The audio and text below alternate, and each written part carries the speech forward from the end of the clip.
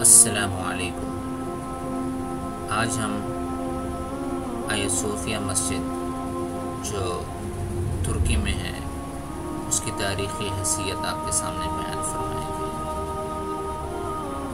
آیا صوفیہ سلطان محمد فاتح کے ہاتھوں فتح قسطنطنیہ ہونے تک مسیحیوں کا دوسرا بڑا مذہبی مرکز بنا رہا ہے۔ تقریباً 5ویں صدی عیسوی سے مسیحی دنیا دو بڑی سلطنتوں میں تقسیم ہو گئی تھی۔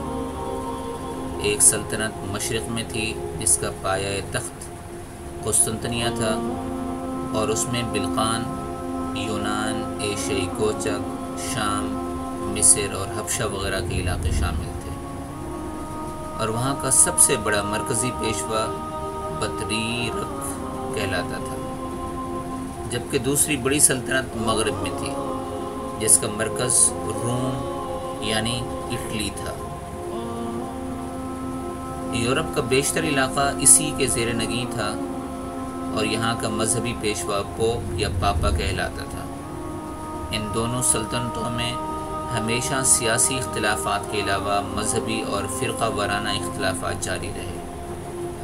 مغربی سلطنت جس کا مرکز روم تھا وہ رومن کیتھولک کلیسا فرقے کی تھی، اور مشرقی سلطنت آرتھوڈوکس کلیسا فرقے کی تھی۔ آیا صوفیہ کا چرچ یہ آرتھوڈوکس کلیسا کا عالمی مرکز تھا۔ آیا صوفیہ مسیحیوں کے گروہ آرتھوڈوکس کا عالمی مرکز تھا۔ اس چرچ کا سربراہ جو بطریرک یا پیٹریارک کہلاتا تھا اسی میں مقیم تھا، لہٰذا نصف مسیحی دنیا اس کو کلیسا کو اپنی مقدس ترین عبادت گاہ سمجھا کرتی تھی۔ آیا صوفیہ اس لحاظ سے بھی اہم تھا کہ وہ روم کے کیتھولک کلیسیا کے مقابلے میں زیادہ قدیم تھا۔ اس کی بنیاد 30ویں صدی عیسوی میں اسی رومی بادشاہ قسطنطین نے ڈالی تھی جو روم کا پہلا عیسائی بادشاہ تھا، اور جس کے نام پر اس شہر کا نام بزنطیہ سے قسطنطنیہ رکھا گیا تھا۔ تقریباً 1000 سال تک یہ عمارت اور کلیسا پورے عالم عیسائیت کے مذہبی اور روحانی مرکز کے طور پر استعمال ہوتی رہی۔ مسیحیوں کا عقیدہ بن چکا تھا کہ یہ کلیسا کبھی ان کے قبضے سے نہیں نکلے گا۔ اس سے ان کی مذہبی اور قلبی لگاؤ کا یہ عالم ہے کہ اب بھی آرتھوڈوکس کا سربراہ اپنے نام کے ساتھ سربراہ کلیسائے قسطنطنیہ لکھتا آیا ہے۔ قسطنطین نے اس جگہ 360 عیسوی میں ایک لکڑی کا بنا ہوا کلیسا تعمیر کیا تھا۔ 6 صدی میں یہ کلیسا جل گیا تھا، تو اسی جگہ قیصر جسٹینین اول نے 532 عیسوی میں اسے پختہ تعمیر کرنا شروع کیا، اور اس کی تعمیر 5 سال 10 مہینے میں مکمل ہوئی۔ 10,000 معمار اس کی تعمیر میں مصروف رہے، اور اس پر 10 لاکھ پاؤنڈ خرچ آیا۔ اس کی تعمیر میں قیصر نے دنیا کے متنوع سنگ مرمر استعمال کیے، تعمیر میں دنیا کے خاص مثالیں استعمال کیے گئے۔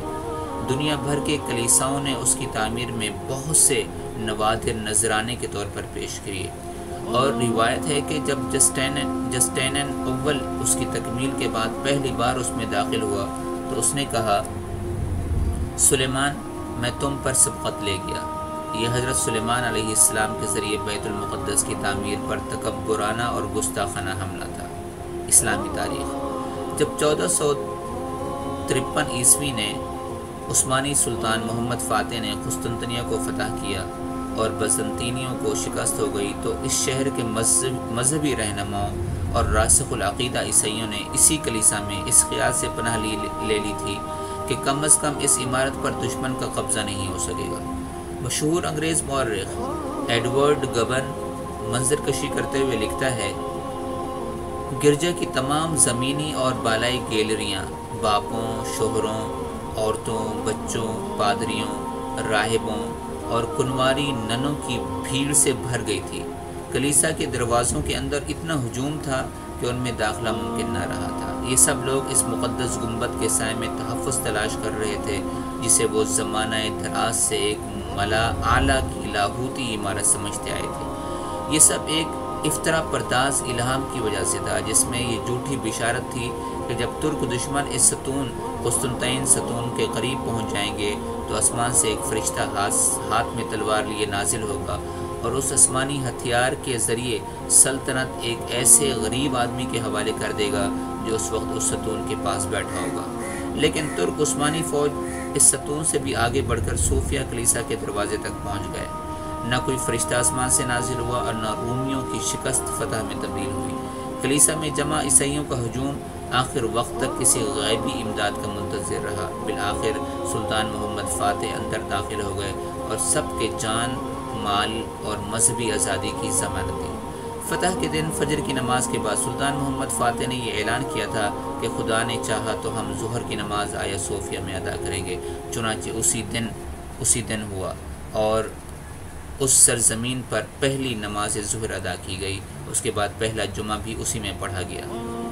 آیا صوفیہ مسجد قسطنطنیہ چونکہ سلطان کی طرف سے صلح کی پیشکش کے بعد بزور شمشیر فتح ہوا تھا، اس لیے مسلمان ان کلیساؤں کو باقی رکھنے کے پابند نہ تھے اور اس بڑے چرچ کے ساتھ جو توہمات اور باطل عقیدے وابستہ تھے انہیں بھی ختم کرنا تھا۔ اس لیے سلطان محمد فاتح نے اس چرچ کو مسجد میں تبدیل کرنے کا ارادہ کیا۔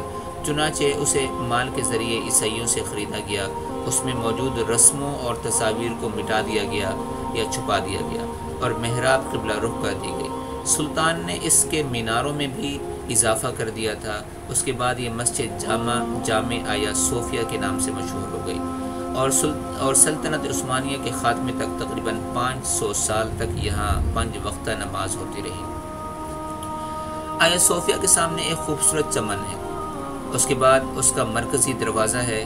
دروازے کے دونوں طرف وہ پتھر نصب ہیں جہاں پہرے دار کھڑے ہوتے تھے۔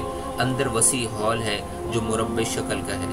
اس کی وسعت غلام گردش اور محراب کو چھوڑ کر جنوباً شمالاً 235 فٹ ہے۔ بیچ کے گنبد کا قطر 107 فٹ اور چھت کی اونچائی 185 فٹ ہے۔ پوری عمارت میں 170 ستون ہیں۔ چاروں کونوں پر مسلمانوں نے 6 ڈھالوں پر حق تعالی جل شانہ، نبی کریم صلی اللہ علیہ وسلم اور چاروں خلفائے راشدین کے اسماء مبارکہ نہایت خوش خط لکھ کر لگایا ہوا ہے۔ اوپر چھت کی طرف بڑے بڑے خوبصورت روشن دان بنے ہوئے ہیں۔ عمارت میں سنگ مرمر استعمال کیا گیا ہے۔ بے شمار تختیاں لگی ہوئی ہیں جن پر عربی خط میں لکھا اور نقش و نگار کیا گیا ہے۔ آیا صوفیہ کی عمارت فتح قسطنطنیہ کے بعد سے 481 سال تک مسجد اور مسلمانوں کی عبادت گاہ رہی، لیکن سلطنت عثمانیہ کے خاتمے کے بعد جب مصطفیٰ کمال اتاترک ترکی کا سربراہ بنا تو اس نے اس مسجد میں نماز بند کر کے اسے میوزیم یعنی عجائب گھر یا نمائش گاہ بنا دیا اور کل تک یہ نمائش گاہ بھی اور آج سے دوبارہ مسجد بن گئی۔ مسجد بحالی کی تحریک 31 مئی 2014 کو ترکی کی نوجوانان اناطولیہ نامی ایک تنظیم نے مسجد کے میدان میں فجر کی نماز کی مہم چلائی جو آیا صوفیہ کو مسجد بحالی کے مطالبے پر مبنی تھی۔ اس تنظیم کا کہنا تھا کہ انہوں نے 1.5 کروڑ لوگوں کی تائیدی دستخطوں کو جمع کیا ہے، لیکن اس وقت کے وزیر اعظم کے مشیر نے بیان دیا کہ ابھی آیا صوفیہ کو مسجد میں بحال کرنے کا کوئی ارادہ نہیں ہے۔ ستمبر 2018 میں آئینی عدالت نے ایک غیر جانبدار تاریخی ورثہ ایسوسی ایشن کی جانب سے اس عمارت کو نماز کے لیے کھولنے کی درخواست مسترد کی تھی۔ 1994 میں جب ترک صدر رجب طیب اردگان استنبول کے ناظم کا انتخاب لڑ رہے تھے تو انہوں نے اس عمارت کو نماز کے لیے کھولنے کا وعدہ کیا تھا، جبکہ 2018 عیسوی میں وہ یہاں قرآن کی تلاوت بھی کر چکے ہیں۔ اس کے بعد اسے دوبارہ مسجد بنانے کے لیے قانونی کارروائی شروع کی گئی جس کا فیصلہ جمعرات کو سنایا جانا تھا، مگر عدالت نے فیصلہ محفوظ کر دیا تھا جسے کل سنایا گیا۔ واضح رہے کہ آیا صوفیہ دنیا کے چند مشہور سیاحتی مراکز میں سے ہے۔ ہر سال لاکھوں سیاح آیا صوفیہ کو دیکھنے آتے ہیں۔ یہ 2019 میں 38 لاکھ سیاحوں کے ساتھ ترکی کا معروف ترین مقام تھا۔ اردگان کا کہنا ہے کہ مسجد بحالی کے بعد اسے سیاحوں کے لیے بلا معاوضہ کھولا جائے گا۔ امید ہے کہ یہ انفارمیشن آپ کو بہت پسند آئے گی۔